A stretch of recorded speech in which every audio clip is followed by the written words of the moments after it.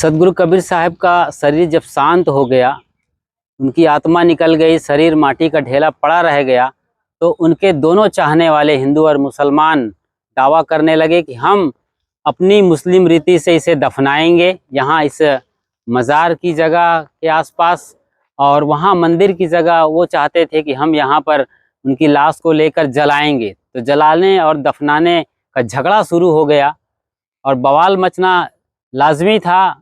बहुत बड़ा उपद्रव शुरू होने वाला था। जिन्होंने सबको एकता के सूत्र में बांधा था, को हिंदू को तुरुप कहावै एक जिमी पर रहिए कहा था, उनके नाम पर ही इतना बड़ा झगड़ा शुरू हो रहा था। तो फिर उस वक्त लोगों ने समझा, जो वाकई में ताकतवर रहे होंगे या जिसकी लाठी उसकी भैंस, उन्होंने ये फैसला लिया कि शरीर को तो हम बांट नहीं सकते, काट करके न तो आधे को दफना सकते हैं, न आधे को जला सकते हैं।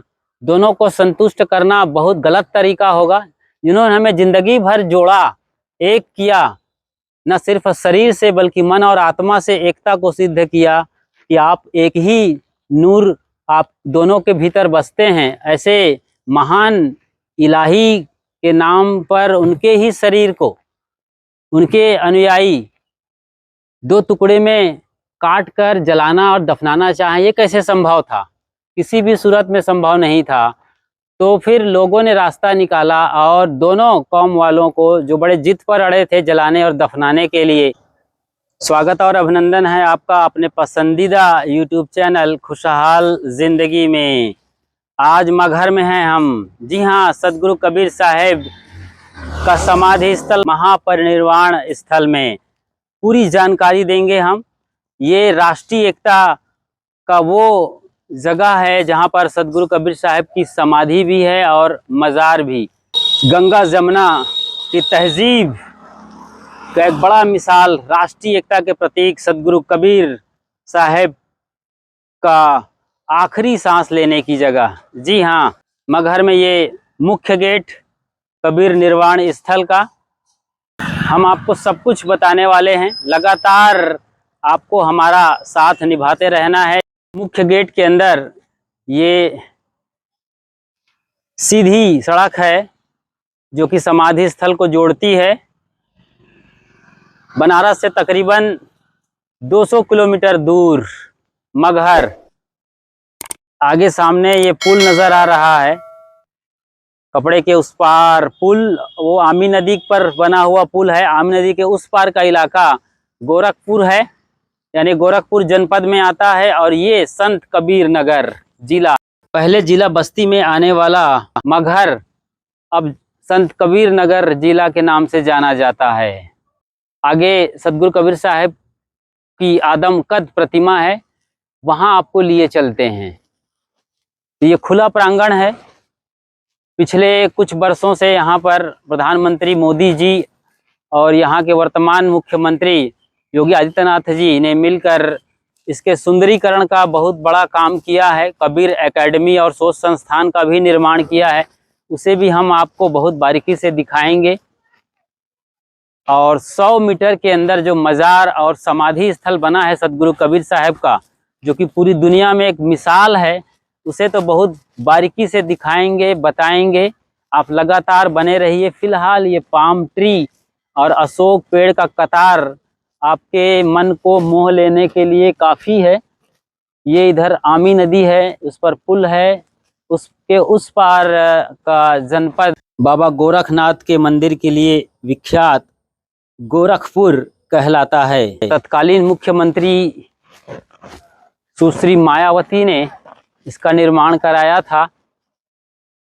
एक आदमकद प्रतिमा है मुख्य द्वार के ठीक सामने, और समाधि स्थल के ठीक पहले ये सदगुरु कबीर साहब की आदमकद प्रतिमा है। एक छतरी की खूबसूरती के साथ इसे स्थापित किया गया है,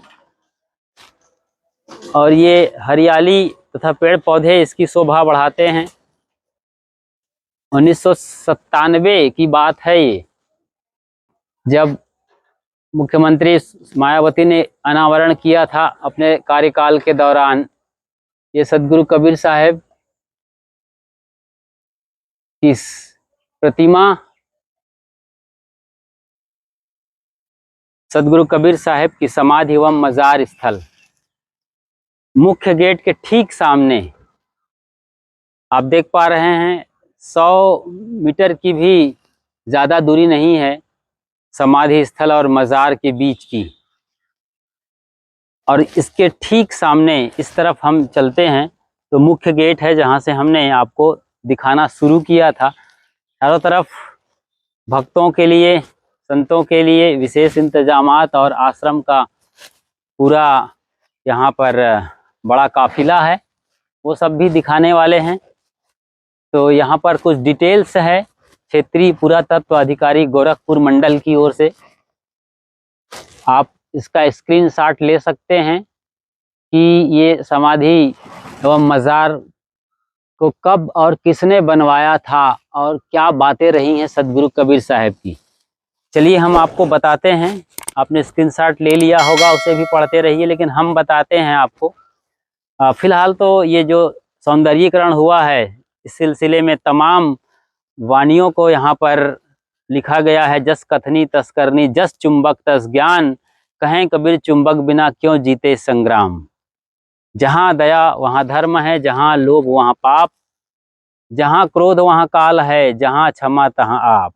एकदम सरल अर्थ में सदगुरु अपनी बात रखते थे। तो ये पूरी उनकी वानियाँ, उनके दोहे इस पर कोटे पर लिखवा दिए गए हैं, अंकित है उनकी साखियाँ। और ये हम पहुँच रहे हैं कबीर साहब के मज़ार के पास, और बिल्कुल पास में ही ये समाधि स्थल है। आइए समाधि स्थल को बहुत बारीकी से दिखाते हैं कि किस तरीके से यहाँ पर समाधि स्थल का निर्माण किया गया है। सदगुरु कबीर साहब समाधि मंदिर मगहर, एक गुंबद बहुत खूबसूरत नज़र आ रहा है, श्वेत गुंबद है और उसकी खूबसूरती को देख सकते हैं आप। कलश उसके ऊपर स्थापित है। प्राचीन भारतीय स्थापत्य कला का ये बेहद ही बेहतरीन नमूना है, बेजोड़ कला है। चारों तरफ पिलर पर एक परकोटा है और उसके बीच सदगुरु कबीर साहब की समाधि।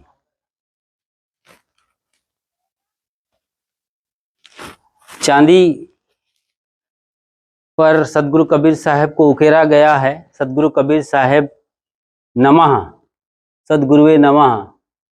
आप देख सकते हैं खड़ाऊ सदगुरु कबीर साहब की, और बाजू में चंदन और घिसने के लिए पत्थर, और ये कलश, तांबे का लोटा, घंटी। पारंपरिक शैली है भारतीय परंपरा की पूजा प्रार्थना के विधान का। और ये सदगुरु कबीर साहब का मुख्य समाधि है, यहीं पर उन्हें समाधि दे दी गई थी। और यहाँ सदगुरु कबीर साहब की एक प्राचीन तस्वीर है, बहुत ही खूबसूरत तस्वीर है। लोग आते हैं यहाँ पर अपनी मन्नतें मांगते हैं, परिक्रमा करते हैं इस पथ की। और ये विराट सम्राट श्री सदगुरु कबीर साहब बाल्यकाल की तस्वीर है, जो काफ़ी प्रसिद्ध है कबीर पंथ में।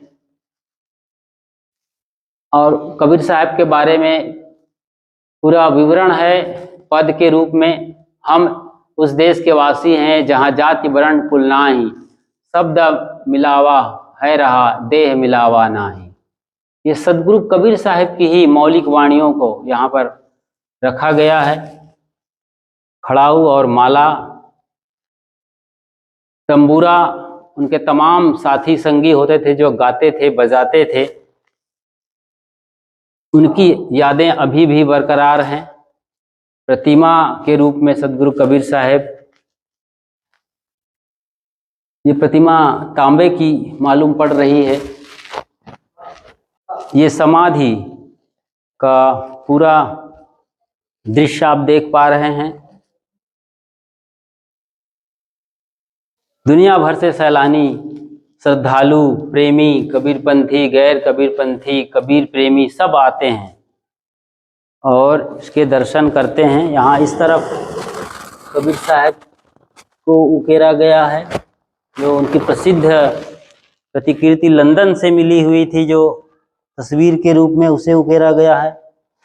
और चारों तरफ अलग अलग रूप, ये कमल फूल पर जैसे कि पौराणिक मान्यता है उनके अनुसार यहाँ पर उन्हें प्रदर्शित किया गया है कि वो कमल फूल पर प्रकट हुए थे।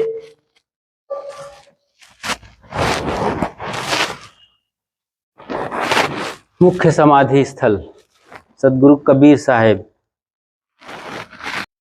सदगुरु कबीर साहब ने यहाँ पर अंतिम विदाई ली थी इस दुनिया से, और उनके आगमन की जब बात करते हैं तो संवत 1456 में जेठी पूनम चंद्र सुवारा श्री कबीर साहिब का जनहित काशी में अवतारा। मतलब 1398 ईस्वी में सदगुरु कबीर साहब यहाँ से 200 किलोमीटर दूर बनारस के लहर तारा में पाए गए थे। और उसकी जाने की जब बात करते हैं तो यहाँ जो आए थे सदगुरु कबीर साहब संवत 1575 मगहर ज्ञान निधाना, माघ सुदी एकादशी तिथि को जग से अंतर ध्याना। यहीं 1518 में उन्होंने शरीर पूरा किया था। यह सदगुरु कबीर साहब की समाधि है। यहाँ उनकी निवास स्थली झोपड़ी थी। सन 1518 ईस्वी में उनके निर्माण के बाद प्राप्त अवशेष फूल एवं चादर से राजा बीर सिंह बघेल कबीर साहब के प्रधान शिष्य आचार्य सती गोपाल साहब ने समाधि दी तथा उस पर मंदिर का निर्माण किया। ये 1518 की बात है, याद रखेंगे आप। 18वें आचार्य महान श्री गुरु प्रसाद साहब ने परिक्रमा पूजा स्थल एवं चबूतरे का सन 1898 ईस्वी में जीर्णोद्धार किया। यहाँ श्रद्धावना समाधि का दर्शन, ध्यान एवं परिक्रमा करने के से यथायोग्य कामना पूर्ति होती है। वर्तमान आचार्य महंत विचार साहिब जी प्रबंधक भी हैं, पीठाधीश्वर भी हैं, आश्रम प्रमुख भी हैं आप। और तमाम वानियाँ सदगुरु कबीर साहब की चारों तरफ लिखी हुई है। साधु भया तो क्या भया, बोले ना ही विचार, हते पर आई आत्मा, जीव बांध तरवार। ये कबीर बाणियाँ हैं, कबीर साखियाँ हैं। और ये परिक्रमा पथ है। जो आस्थावान लोग हैं, श्रद्धालु भक्तगण हैं, उनके लिए कबीर गुफा इसे ठीक पीछे है। हम आपको लिए चलेंगे कुछ देर बाद। परिक्रमा पथ सदगुरु कबीर साहब की इसी समाधि स्थल के ठीक सामने यहाँ पर हमारे प्रिय मित्र और इस मंदिर के पुजारी संत श्री शांतिदास जी पुजारी साहब विराजमान हैं। साहेब बंदगी साहब, सदगुरु कबीर साहब और मगहर और अब तक के इतिहास के बारे में आइए आपसे जानकारी लेते हैं। तो आप बताएं कि यहाँ पर मगहर में लोगों की क्या मान्यता है, आम पब्लिक की कबीर साहब के प्रति। जैसे सदगुरु कबीर साहब मगहर क्यों आते हैं जी, यह क्षेत्र का नाम मगहर क्यों पड़ता है। कबीर साहब के समकाल से पहले इस प्रक्षेत्र में बौद्धि संत लोग ज्यादा रहते हैं, बौद्ध भिक्षुक, जो बोध गया से लेकर लुम्बिनी, कुशीनगर, अयोध्या, गोरखपुर इस प्रक्षेत्र में आते जाते रहते हैं जी। तो इधर के जो लोग होते हैं उन संतों को परेशान करते हैं। तो बौद्धि संत लोग इस क्षेत्र का नाम डाल देते हैं मार्ग हर। मार्ग माने रास्ता, हर माने समान। सिलसिला चलता रहता है। उस समय बौद्ध धर्म देश दुनिया में बहुत प्रचार प्रसार करता है। सभी जाति के लोग, सभी धर्मों के लोग बौद्धिस्ट होने लगते हैं। तो उसी में काशी के लोगों के मन में आता है कि सभी लोग बौद्धिस्ट हो जाएंगे तो हम लोगों का धंधा पानी चौपट हो जाएगा, क्योंकि अशोक सम्राट ने बौद्ध धर्म का प्रचार देश दुनिया में बहुत ज्यादा किया जी। अपने बेटे संघमित्रा और बाहर विदेशों में भी श्रीलंका भेजा जी जी। तो उसके बाद लोगों को खतरा लगने लगा और गौतम बुद्ध बौद्ध धर्म में भी कर्मकांड या आत्मा चिंतन और मानवता का संदेश दिया जाता है। तो उन लोगों को डर बैठ जाता है काशी के लोगों को। तो काशी के जो पंडा पुजारी होते हैं या काशी के लोग होते हैं वो सब लोग मिलकर एक सभा बुलाते हैं। उनके मन में आता है कि लोगों को काशी की तरफ आस्था कैसी जोड़ी जा। तो उन लोगों ने उस शब्द में एक प्रयोग किया कि जो काशी मरेगा मोक्ष पाएगा, जो मगहर मरेगा नरक जाएगा, या अगले जन्म में मरकर कुत्ता या गधा बनेगा। ऐसी कहानी फैला दी। उस समय शिक्षित वही लोग थे, अन्य लोग अशिक्षित थे। उनकी बात पर विश्वास करने के बाद लोग धीरे धीरे काशी में, जिसको काशी करवट कहते हैं, वहां पर जाने लगे। और लोगों को, जो उन लोगों ने मोक्ष देने का तरीका बनाया था काशी करवट में, या तो उसके व्यक्ति की आरएसएस गर्दन काट देते थे या खाई में ढकेल देते थे। परंपरा चालू हो गई। लोग हाँ, करवट मतलब एक रहट चलता था। हाँ, उसी में लोगों को पैर दिया जाता था, हड्डी पसली सब गंगा में चली जाती थी। हाँ, इस तरीके से कन्वर्ट कर रहे थे। जी जी। तो परंपरा चालू हो गई, लोग काशी जाने लगे। तो कबीर साहब के आने से पहले इधर और संत भी आए। अच्छा। जो पानी मांगे, पानी की जगह उनके बर्तन में मिट्टी या धूल भर के दे दिए। इधर के जो पशु चराने वाले चारागाह लोग होते हैं, हाँ हाँ। तो उन संतों के मुख से शब्द निकल गया कि आज से क्षेत्र में सूखा पड़ेगा या धूल उड़ेगा। बताते कि उस समय के बाद धीरे धीरे वर्षा कम होने लगता है। काफी उपचार भी किए जाते सभी धर्मों के अनुसार, लेकिन वर्षा नहीं होता है। पर यहाँ का जो राजा होता है, बिजली का पठान, जनता दरबार लगाता है। उस जनता दरबार में सभी परंपराओं के संत लोग आते हैं। तो संत लोग कहते भाई हम लोगों में इतनी शक्ति नहीं जो हम वर्षा करा सके, लेकिन काशी में कबीर साहब रहते हैं, अगर उनके पास जाएंगे कुछ ना कुछ समस्या का निदान हो सकता है। अच्छा। और यहाँ का जो राजा होता है अपने साथियों साथ ले कबीर चौरा बनारस जाते हैं। वो पूरी यहाँ की व्यवस्था बताते हैं कि कुछ लोगों ने संतों को सताया, उनकी वाणी वचन से क्षेत्र में सूखा पड़ा, जनता परेशान है। और कुछ संतों ने कहा कि आपके चलने पर या बाहर रहने पर वर्षा हो सकती है। तो कबीर साहब कहते भी हमारे चलने से या बाहर रहने पर वर्षा हो सकती है, तो हम अवश्य चलते हैं। तो जैसे कबीर साहब काशी से मगहर के लिए चलते हैं, उस समय के काशी के लोग वही बात कबीर साहब के सामने रखते हैं कि आपका वृद्ध शरीर है और आप उस क्षेत्र में जा रहे लोग मरने के बाद नरक जाते हैं, और उस मातृभूमि को छोड़कर जा रहे लोग मरने के बाद स्वर्ग जाते हैं या मोक्ष पाते हैं। ओहो। तो कबीर साहब चिंतन करते हैं, कहते कोई अनपढ़ व्यक्ति के या कोई बच्चा के तो मानना ठीक है, जो लोग वेद शास्त्र गीता पुराण सब जानते हैं वो भी इतने बड़े अंधविश्वास में हैं। और मैं भी इन लोगों के अनुसार काशी में शरीर त्यागा, तो मेरे जाने के बाद काशी के लोग नौ लोगों के मन में भ्रांति फैला देंगे कि कबीर साहब भी मुक्ति पाने के लिए काशी में शरीर त्यागे। इन लोगों का समाज में पाखंड का विस्तार और ज्यादा हो जाएगा। तो कबीर साहब निर्णय लेते हैं कि मैं अपना शरीर काशी ने त्याग कर मगहर में ही त्यागूंगा। तो वहां पर एक वाणी बोलते हैं उनको समझाने के लिए, क्या काशी क्या ऊसर मगहर, जो हृदय राम बसो हो मोरा, जो काशी तजे कबीरा तो राम ही कौन नहीं हो रहा। कबीर साहब कहते हुए जिसने हृदय से राम को जाना है, परमात्मा को जाना है, सदगुरु को जाना है, कहीं मरेगा मोक्ष पाएगा। खाली काशी में ही मरने से मोक्ष मिलता है, फिर तो किसी भगवान की कोई जरूरत नहीं रही। जो परंपरा 2000 साल से उससे पहले से चली आ रही थी, किसी भी अल्लाह भगवान गॉड की, राम कृष्ण की, उस परंपरा को तोड़ने की हिम्मत नहीं हुई। तो उस परंपरा को तोड़ने के लिए कबीर साहब काशी छोड़कर मगहर आते हैं। और वहां से चलने से पहले यही वाणी बोलते हैं, क्या काशी क्या ऊसर मगहर, जो हृदय राम बसो हो मोरा, जो काशी तजे कबीरा तो राम ही कौन नहीं हो रहा। जिसने अपने हृदय से सत्य को जाना है, परमात्मा को जाना, कहीं मरेगा मोक्ष पाएगा। तो कबीर साहब उस पाखंड को खत्म करने के लिए, भक्ति की शक्ति को सिद्ध करने के लिए काशी छोड़कर मगहर आते हैं। सबसे पहले यहाँ से 2 किलोमीटर दूर कबीर धुनी है, वहीं पर कबीर साहब ठहरते हैं। तो कबीर साहब का नाम सुन के गोरखपीठ के गोरखनाथ संत भी आते हैं, जो उस समय वर्तमान समय में रहे होंगे गोरखपीठ पे। अच्छा। तो गोरखनाथ जी भी कबीर साहब का नाम सुन के आ जाते हैं। तो उनके मन में आता भी काशी से कबीर साहब को बुला के लेकर आए हैं, ये लोग हमारे पास नहीं आए, पानी तो हम भी दे सकते थे। अच्छा। तो कबीर साहब उनकी भावनाओं को समझ जाते हैं। जैसे जनता कबीर साहब के पास आती है, गोरखनाथ जी के पास भेज देते हैं। तो गोरखनाथ जी अपनी ज्ञान शक्ति से पैर लगाते हैं, कुछ पानी की शोध क्रिया चलता है। तो जनता कहती है भाई इतने पानी से पूरे समाज की व्यवस्था नहीं हो सकती। तो गोरखनाथ जी कहते हैं जितनी मेरे ऊर्जा थी लगा दी, मैं कुछ नहीं कर सकता। फिर जनता फिर कबीर साहब के पास ही आती है, गोरखनाथ जी की पूरी वार्ता बता देती है।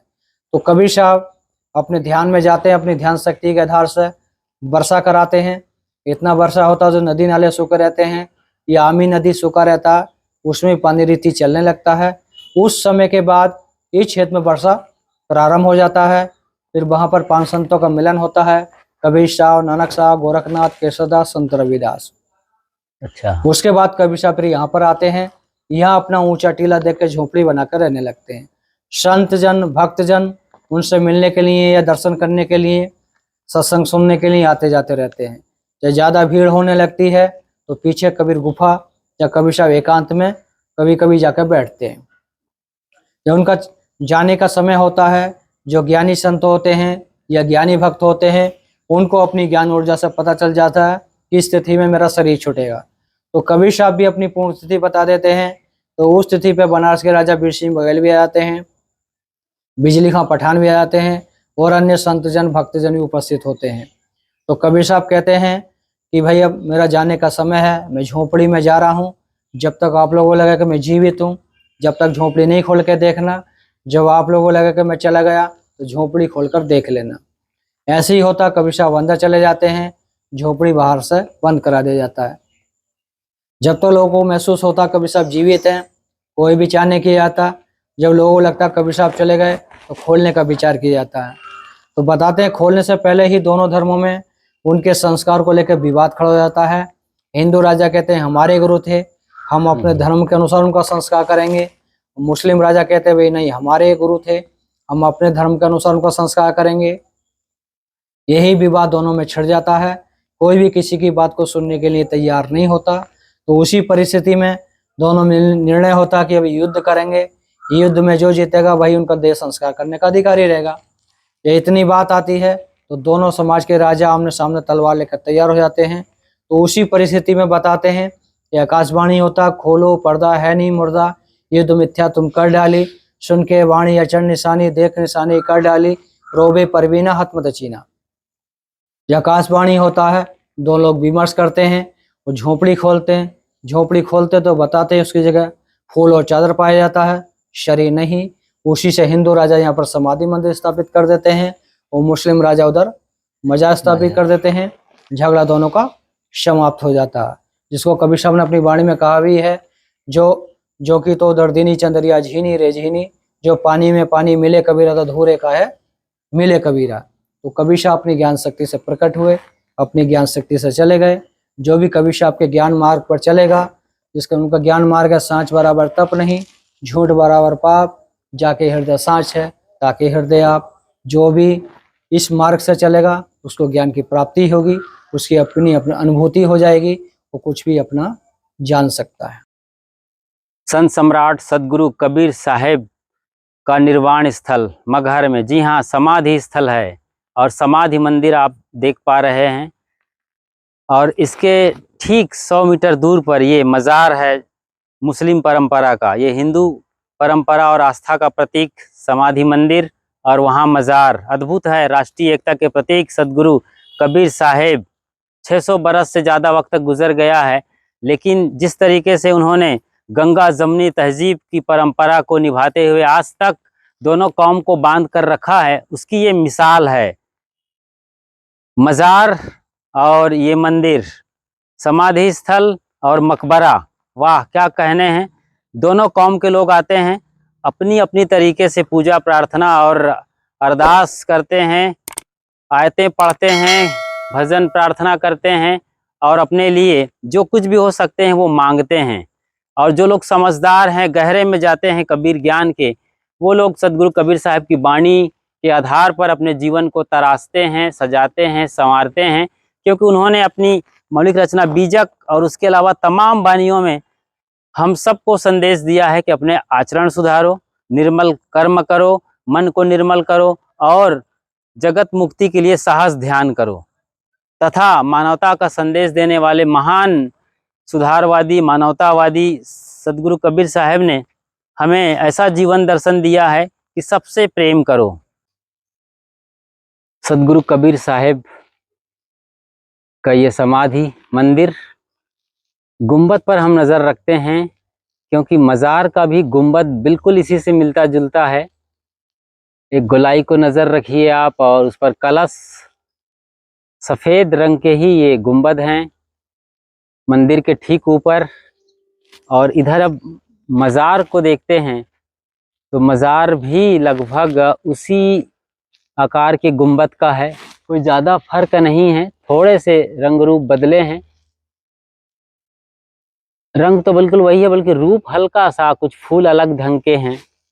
और यहाँ जब थोड़े बारीक फूल हैं गुंबद पर, लेकिन कलश की स्थापना लगभग एक जैसी ही है। तो मतलब जिस तरीके से बात आती रही है कि दोनों कौम में तलवारें खींची रहती थी, बहुत सारी बातें होती थी, उसके बावजूद आप देख सकते हैं मंदिर और मज़ार, समाधि और कब्र में कोई बहुत ज़्यादा फर्क नहीं है। तो ये बड़ी खास बात है सदगुरु कबीर साहब के मद्देनज़र कि वो राष्ट्रीय एकता के जो सजग प्रहरी रहे हैं, 600 से ज़्यादा बरस गुजर जाने के बावजूद उनके मज़ार और मंदिर भी सब कुछ यही बयां कर रहे हैं। अब दूरी देखिए ना, बमुश्किल से 50 मीटर की होगी या 70 मीटर की, इससे ज़्यादा नहीं है। ये सदगुरु कबीर साहब का मज़ार है, मकबरा है, कब्र है। जैसे कि हमने सुना कि फूल हो गए थे कबीर साहब, तो फूल बांट लिए गए, मुस्लिम परंपरा के अनुसार उन्हें दफना दिया गया यहाँ, और वहाँ हिंदू रीति रिवाज के अनुसार उन्हें समाधि दे गई, फूल को ही समाधि दे दी गई वहाँ पर। तो इस तरीके से ये समाधि और मकबरा मज़ारे कबीर साहब उर्दू ज़बान में भी लिखा हुआ है। छोटा सा दरवाज़ा है, आपको झुक के जाना होता है। जब भी आप किसी खास जगह में जाते हैं, बड़ी जगह में, तो आपको झुकना चाहिए। ये यहाँ पर बताया जा रहा है, ये चादर हरे रंग की उनके मज़ार पर उनके अनुयायी आते हैं, धर्मावलंबी आते हैं और अपनी श्रद्धा सुमन यहाँ पर भेंट करते हैं। लगभग षटकोणीय स्थिति में ये मज़ार बनाया गया है। कुछ चादरें वहाँ भी हैं, और इस तरफ देखते हैं तो शिखर में अंदर की ये स्थिति है। बहुत खूबसूरत फूल हैं। ये गुंबद 1 2 3 4 5 6, तो षटकोणीय स्थिति यहाँ की है। प्राचीन स्थापत्य कला का ये भी एक नमूना है। हालांकि बिल्कुल सादगी है, सादापन है। संत थे सदगुरु कबीर, तो कोई ज़्यादा इस तरीके की चीज़ें नहीं है। लेकिन ये मज़ार याद करने लायक है। वहाँ समाधि, यहाँ मज़ार, अद्भुत सदगुरु कबीर साहब का ये विस्तार। अभी भी देश में जब हिंदू मुस्लिम दंगों की बात आती है या लड़ाइयाँ होती हैं दोनों कौम के बीच, तो सदगुरु कबीर साहब के भजन सबसे पहले सुने और समझे जाते हैं। उनकी बानियाँ, भाई रे दुई जगदीश कहाँ ते आया, कहू कौने बौराया, अल्लाह राम करीमा केशव हरि हजरत नाम धराया, गहना एक कनकते गहना यामे भाव न दूजा, कहन सुनन को दुई कर थापे, एक नमाज एक पूजा। किस लिए अलग अलग हो, को हिंदू को तुरुक कहावै, एक जिमी पर रहिए। ये सदगुरु का मौलिक संदेश। को हिंदू को तुरुक कहावै, कौन हिंदू है, कौन तुरुक है जिसके लिए ये मज़ार बनाए हो, कौन हिंदू है जिसके लिए मस्जिद है। दोनों एक मिट्टी के भांडे हैं, मिट्टी में मिल गए, सब बराबर हो गए। को हिंदू को तुरुक कहावै, एक जिमी पर रहिए। एक समान, एक जैसे ही जमीन पर रहने का संदेश देने वाले सदगुरु कबीर साहब। संत कबीर दास जी की समाधि एवं मज़ार। संत कबीर दास जी की समाधि का निर्माण मगहर के राजा वीर सिंह बघेल एवं मज़ार का निर्माण मुस्लिम सरदार बिजली खां ने करवाया था। इस स्मारक का संबंध संत कबीर दास जी से होने के कारण यह स्थल हिंदू मुस्लिम दोनों के लिए धार्मिक एवं सांस्कृतिक दृष्टि से पवित्र एवं महत्वपूर्ण है। कबीर दास जी एक महान संत, कवि और समाज सुधारक थे। उन्होंने तत्कालीन समय में हिंदू एवं मुस्लिम दोनों धर्मों में व्याप्त रूढ़ियों, आडंबरों, कुप्रथाओं पर अपने दोहों तथा कविताओं के माध्यम से कुठाराघात कर धर्म सुधार का प्रयास किया। इनके जन्म के विषय में ऐसा कहा जाता है कि नीरू और नीमा नामक जुलाहा दंपत्ति को एक नवजात बालक वाराणसी स्थित लहरतरा तालाब के किनारे सन 1398 ईस्वी में मिला था, जिसका नाम बाद में उन्होंने कबीर रखा था। कर्म आधारित मोक्ष की अवधारणा को सिद्ध करने के लिए संत कबीर दास जी अपने जीवन के अंतिम समय में वाराणसी छोड़कर मगहर आ गए और यहीं पर सन 1518 ईस्वी में उनका महापरिनिर्वाण हुआ। उनकी मृत्यु के पश्चात उनके अंतिम संस्कार को लेकर हिंदू एवं मुस्लिम अनुयायियों में विवाद होने लगा। ऐसी मान्यता है कि उनका पार्थिव शरीर फूलों में परिवर्तित हो गया, जिसे दो भागों में बांटकर दोनों अनुयायियों ने अपने अपने धर्मानुसार समाधि एवं मज़ार का निर्माण कराया। यहाँ आने के लिए छोटा स्टेशन मगहर है, और बड़े स्टेशन की बात करते हैं तो फिर गोरखपुर और बस्ती बड़े स्टेशन हैं। सीधे रोड के जरिए भी आप यहाँ पहुँच सकते हैं, तो कोई दिक्कत नहीं है। एयरपोर्ट्स आपके लिए मिलेंगे बनारस में, वहाँ आइए और सीधे यहाँ के लिए बाई रोड आ सकते हैं।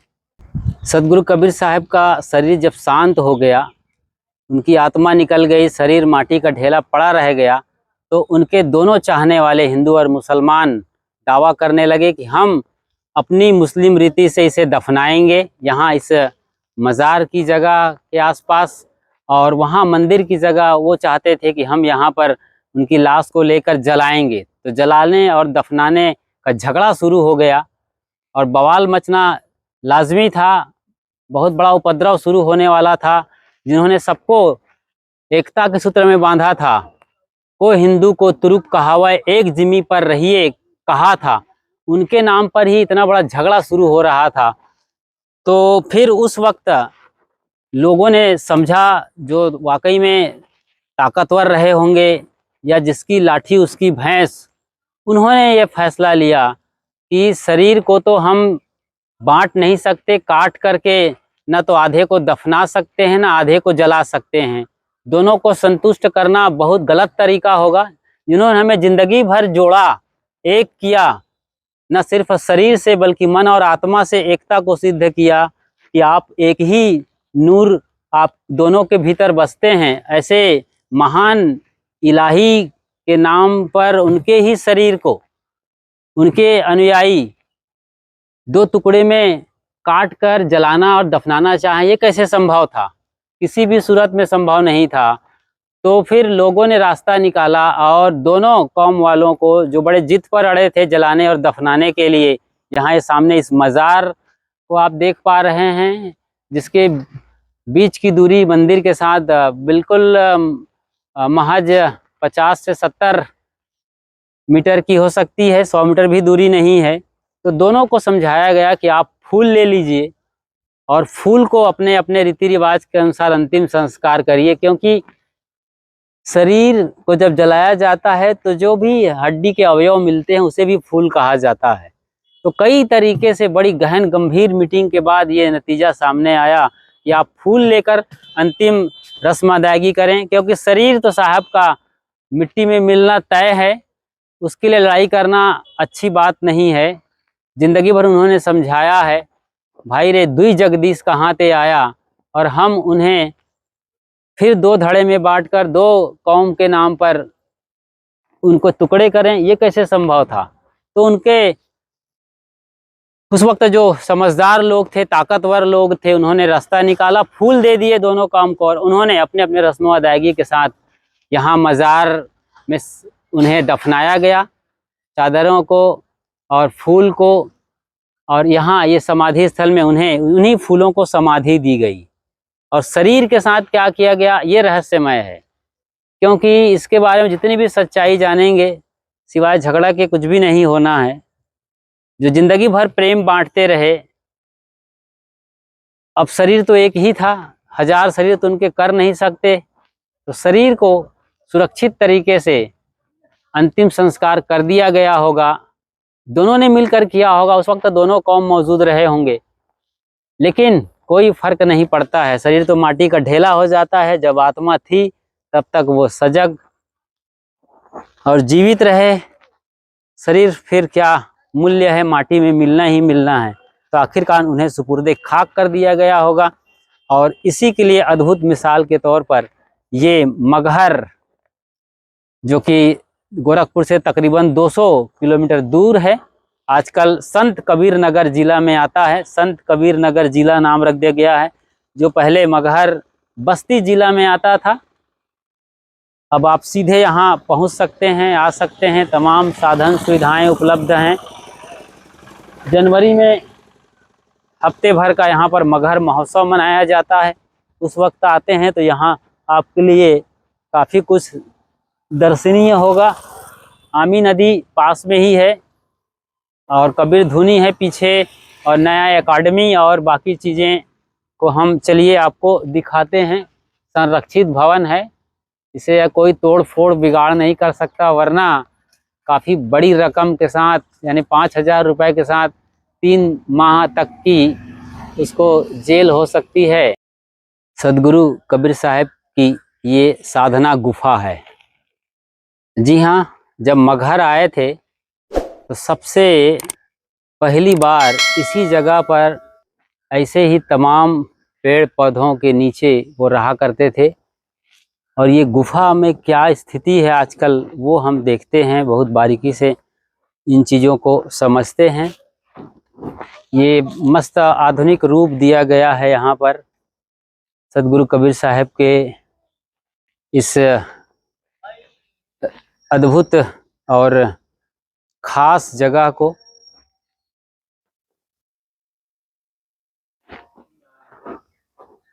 तो ये गुफा प्रवेश, चलिए गुफा में प्रवेश करते हैं। हम पहली दफ़ा जा रहे हैं, हमें भी नहीं मालूम कि यहाँ पर क्या है। तो गुफा है एक ग्राउंड फ्लोर जिसे आज कह सकते हैं आप। ये सीढ़ी, ये गुफा में सदगुरु कबीर साहब की मूर्ति स्थापित की गई है। ये कुछ इस तरीके से, और वापस इस तरफ से आप निकल सकते हैं।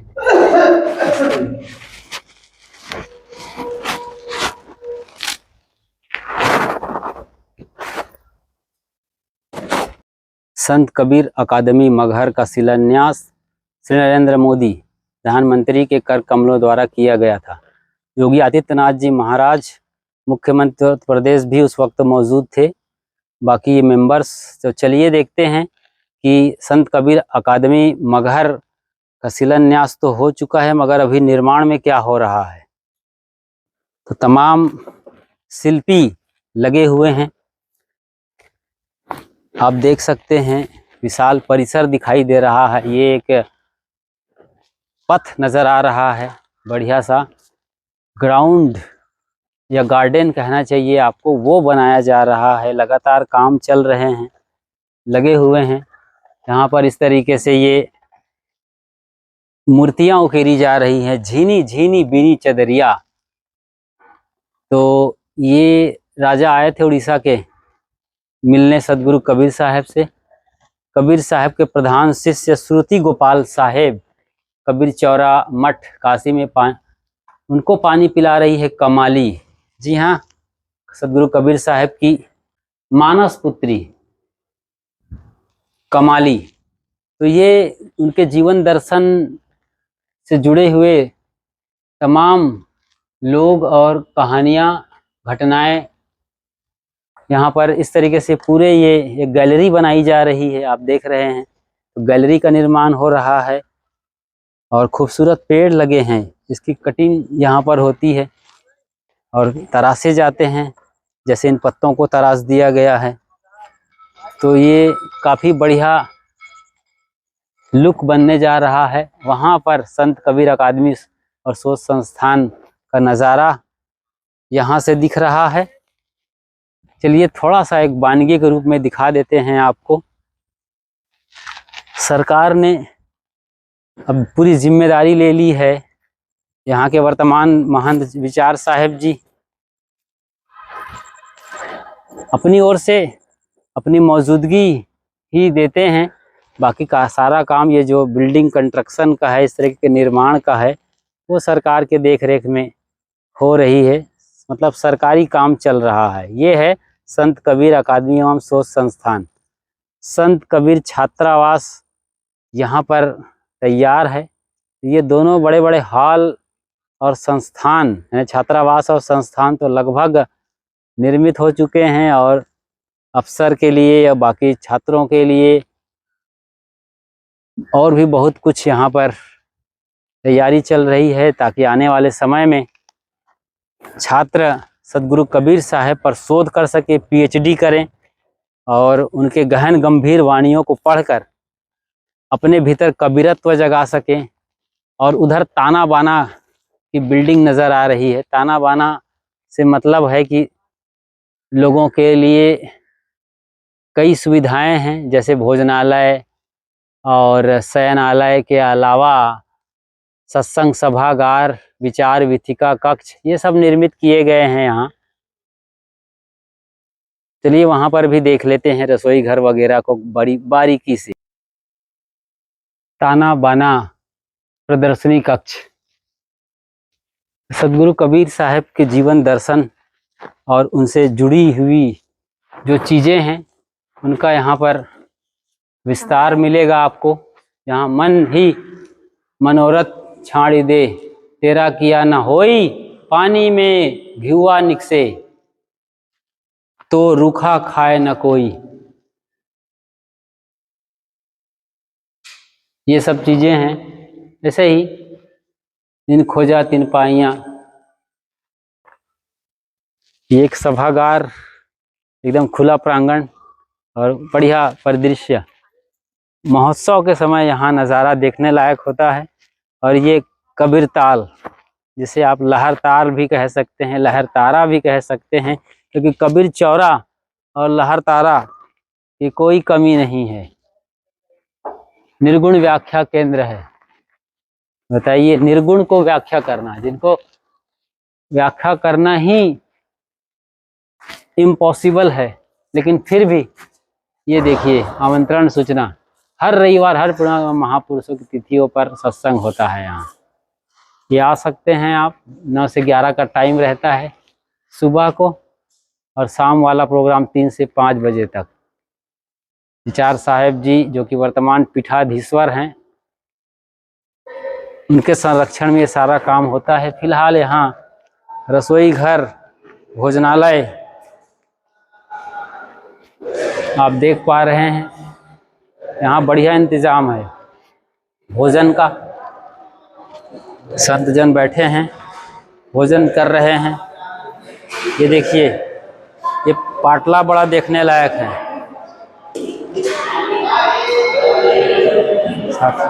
तो ये पाटला पर भोजन किया जाता है।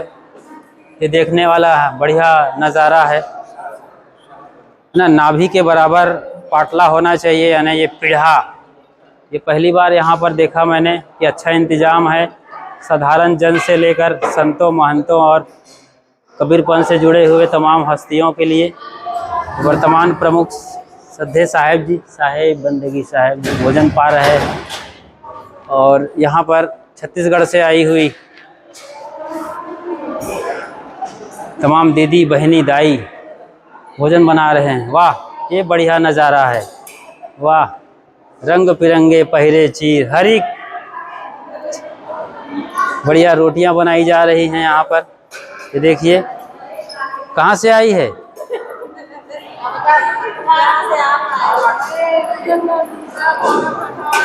राजनाथ गांव के धौरा भाटा गांव से आई हुई हैं और उनके रिलेटिव हैं। ये रायपुर से आई हैं। क्या नाम है आपका? कैसे लग रहा है यहाँ? तो ये लोग लगातार घूमते हुए यहाँ पहुँचे हुए हैं। यहाँ पर वर्मा साहब आए हैं जो नागपुर से आए हैं। नागपुर परमाणु ऊर्जा केंद्र में आप सेवारत हैं और उनके ये लोग बाग परिजन हैं जिनको घुमाने लाए हैं। रोटी बन रही है आज, एकदम गरम गरम रोटियाँ। तो छत्तीसगढ़ से आए राजनांदगांव जिला के तमाम सदस्यों की ओर से ये सेवा है। उनके साथ ये बूढ़ी दादी भी आई है, साहेब बंदगी साहेब। तो ये बढ़िया यहाँ पर व्यवस्था है। हाँ साहब। हाँ हाँ, यहाँ पर ये थालियों का रैक दिख रहा है, कटोरियों का स्टैंड है। ये मक्खी कुछ ज़्यादा ही तादाद में है, मक्खी ज़्यादा है, ज़रा ध्यान दीजिएगा। हाँ, मक्खी भगाते रहिए क्योंकि लगातार लोग आ रहे हैं हज़ारों की तादाद में, तो व्यवस्था को भी बाधित होना पड़ता है। ये यहाँ पर धुलाई के लिए बर्तन धुलाई और ये खुली जगह तो इस तरीके से यहाँ ये इंतज़ाम है, व्यवस्था है। बड़ा हॉल और बढ़िया इंतज़ाम। ये भोजनालय कक्ष है जहाँ पर स्टोर रखा जाता है। यहाँ भी कुछ भोजन बन रहा है, साग सब्जी यहाँ भी बनाई जा रही है। अच्छा, ये जाने वाले हैं क्या कुछ लोग? जैसे कि यहाँ पर खैर करेले की सब्जी बन रही है और बाकी चूल्हा, सिलेंडर, बाकी इंतजामात, प्लेटफॉर्म अच्छा है। बड़ा हॉल है, आटों का ये डब्बा है।